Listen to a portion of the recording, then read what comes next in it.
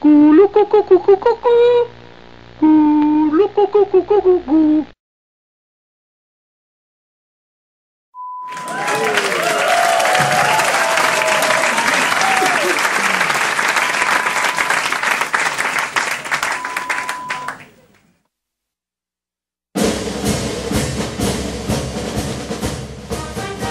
Joe again, don't you have anything else you can talk about?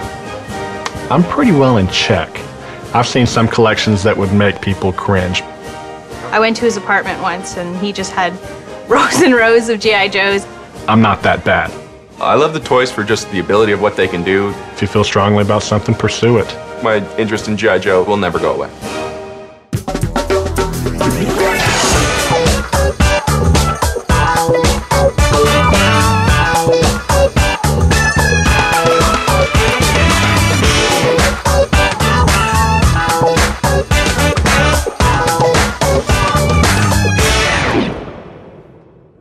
I am 26 years old, and I literally cannot remember a time in my life that I was not some kind of a G.I. Joe fan.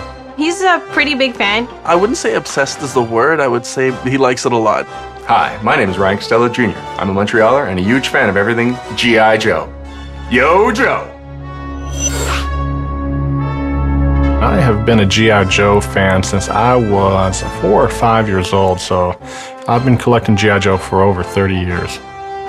He is crazy about G.I. Joe. We, in our houses previous to this one, we had them everywhere. They were in our laundry room, they were in our bedroom, in our bathroom. I think Greg's one of the biggest fans of G.I. Joe. I mean, big enough to have transitioned from fandom into a professional end of it. Well, you know, they're underfed. Right. Hi, my name is Greg Brown, and I live in Ennis, Texas, and I've turned my lifelong hobby of collecting G.I. Joes into a full-time career. Now I design action figures.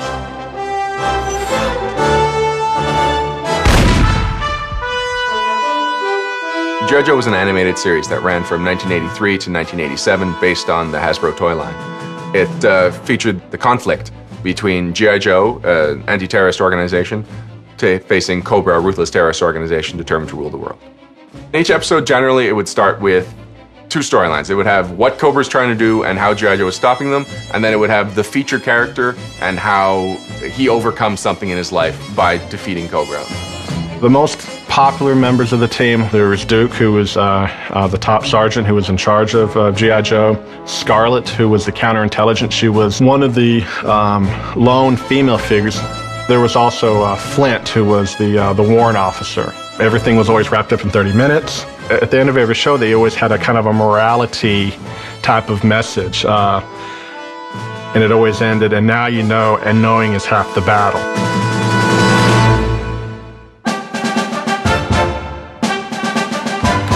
You know how Xandar's kind of lame? Yeah, with the blue thing. Exactly, yeah. I was lucky as a kid because I had 3 brothers, which means if each of us got 2 G.I. Joes, then that's 6 new G.I. Joes every Christmas, and then 2 new ones every birthday. So we were getting most of the collection, at least as far as the figures go. When I'd get home from school, the channel that played G.I. Joe was never all that clear. So I, as a child, my memories are of these snowy episodes. I think in the early days it was the characters, and it was, you know, just amazing adventures. Because even though it's a military theme, they'd fight ghosts. One time they met Greek gods. You just had amazing nonsense that could really hold my attention. It's very relaxing for me now. So if I have had a tense day, I can just sit in front of my cabinets and just kind of look over the figures, look over my collection, and it kind of centers me. And painting, customizing G.I. Joes is very therapeutic.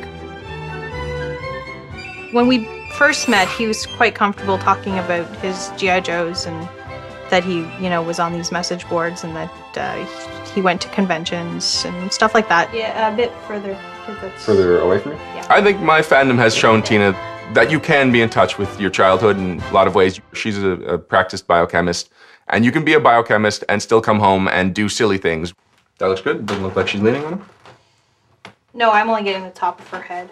Okay. I went to his apartment once and he just had rows and rows of G.I. Joes. And you know what? I really didn't mind the G.I. Joes. The thing that did bother me was that they were so dusty.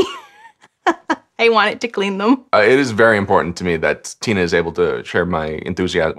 I have had relationships in the past where it does get to the point where something excites me about G.I. Joe and I start telling the story and they're like, G.I. Joe again, don't you have anything else you can talk about? The fact that I can talk to Tina about G.I. Joe gets it out of my system, like gets my excitement out, and then we can move on to other things. It's made us closer. It's made her the woman for me. I looked at G.I. Joe as a role model because, I mean, G.I. Joe stood for everything, you know, it was, you know, facing adversity, getting the job done, working as a team to get stuff done, and also the military aspect. My father was in the military, and he taught the same type of thing, so, you know, it was just a reinforcement tool, you know, to be a good human being. I've tried to introduce my kids to that philosophy. Okay, push this button right here. Greg is a true child at heart. He loves everything he does, and he has a lot of excitement about what he does. Push it again.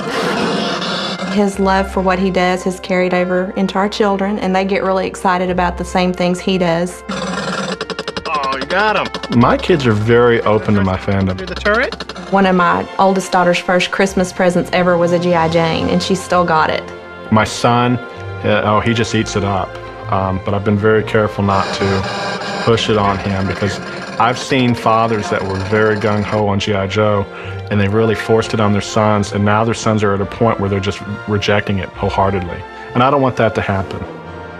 My opinion on Greg's hobby is that, one, I like it because he's here most of the time. You know, he could be out golfing or restoring a car, something like that, but his hobby really doesn't take him away from our family. I think it's actually brought our family closer. You know, the way the show's changed my life, it just instilled this little seed about, you know, a certain code of ethics.